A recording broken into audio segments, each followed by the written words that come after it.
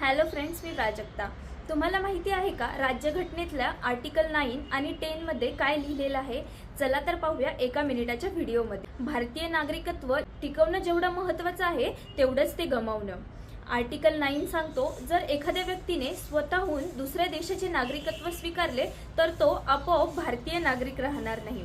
उदाहरणार्थ, जर कोणी भारतातून कॅनडा किंवा अमेरिकाचे नागरिकत्व घेतले तर तो भारतीय नागरिक मानला जात नाही। आर्टिकल 9 सांगतो, एकाच वेळी दोन देशाचे नागरिक होणे भारतात मान्य नाही। याला म्हणतात नो ड्युअल सिटिझनशिप। तर हाच आहे आर्टिकल 9।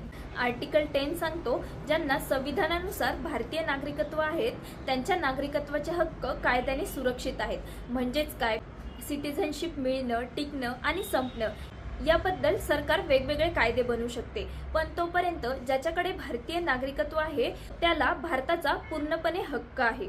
उदाहरणार्थ, सिटिझनशिप ऍक्ट 1955 म्हणजेच नागरिकत्वाचा राखणदार।